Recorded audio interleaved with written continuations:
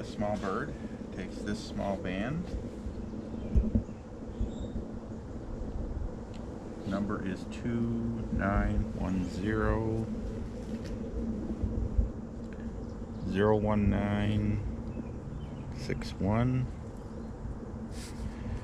And the date is 5/6/20.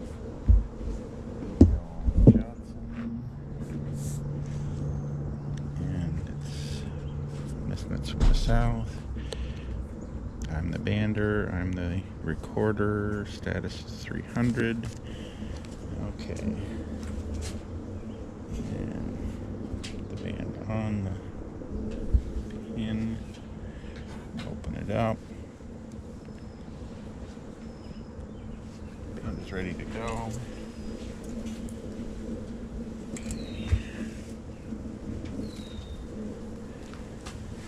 We just have a clip on this. This marked where the birds came from, because we have nets in new locations this year. The Nature Center acquired some new property south of the pond, and we've got nets up in there. So we want to know if this is affecting how many birds we catch. So we're keeping track of how many birds we catch on the new property with the new net locations. So we try to do things the same every year if we can, but if we do something different, we need to document and track what the effects might be. So this little bird, there's a band on it now.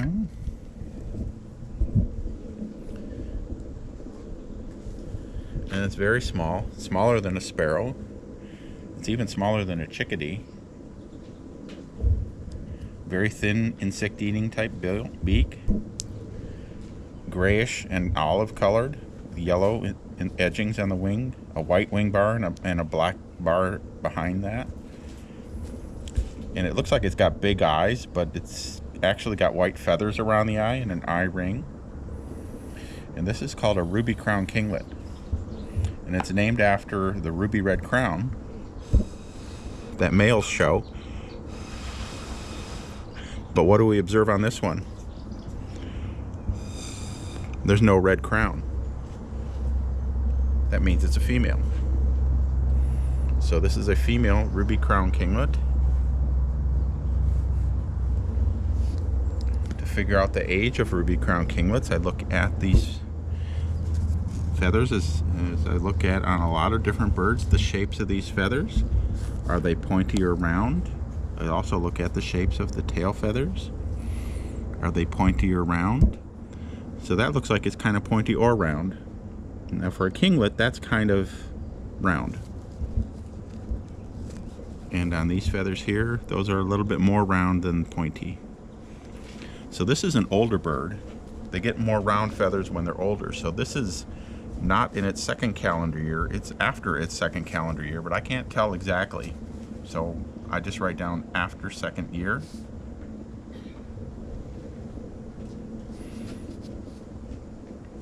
And I determined that it was a female based on the fact that it had no red in the crown. Her wing measurement is 55 millimeters. Tail measurement is 42 millimeters. And does she have any body fat?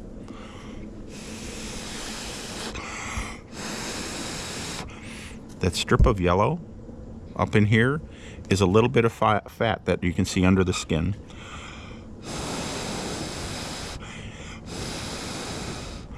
That red color is that's the muscles in the skin.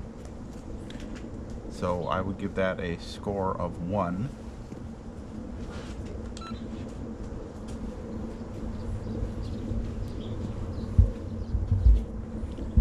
And the scale set for 0 with this bag on it.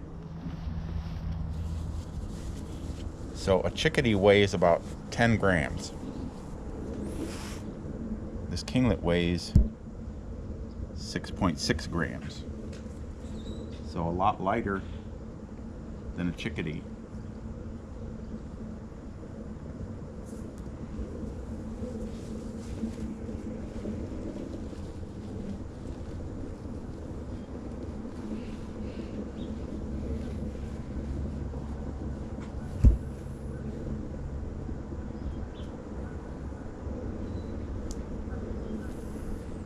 she's ready to go.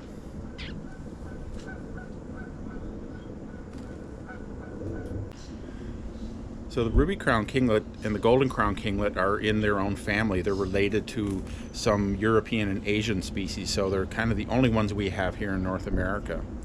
And they're tiny little birds that catch tiny little gnats and things, so they eat insects.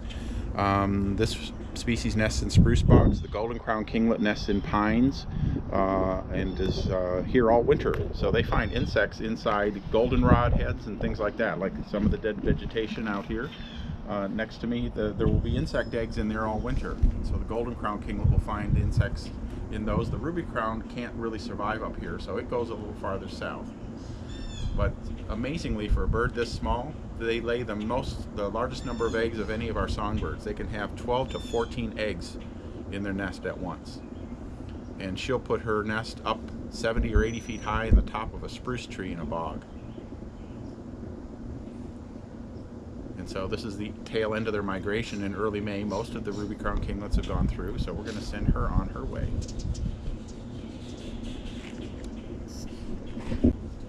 This bird looks just like the last one, doesn't it?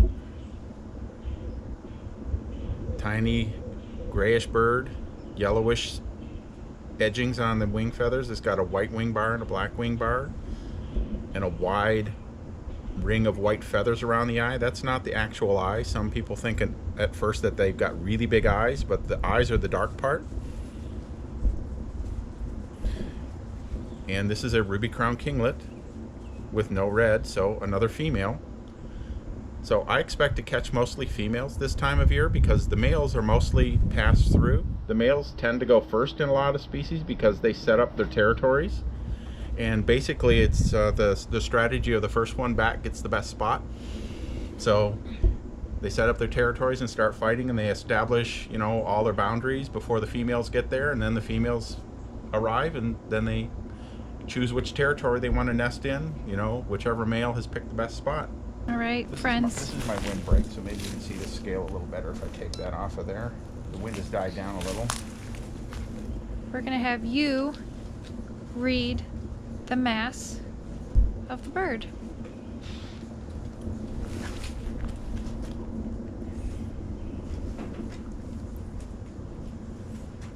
Friends, what does that say?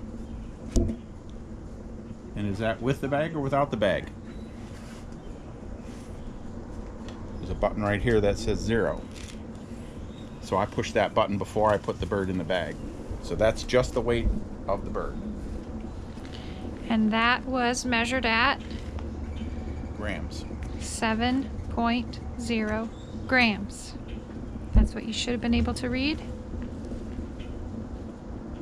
if you were able to see that camera angle. Okay. And I just like to straighten out their feathers before I let them go, because, you know, nobody likes to be messed up.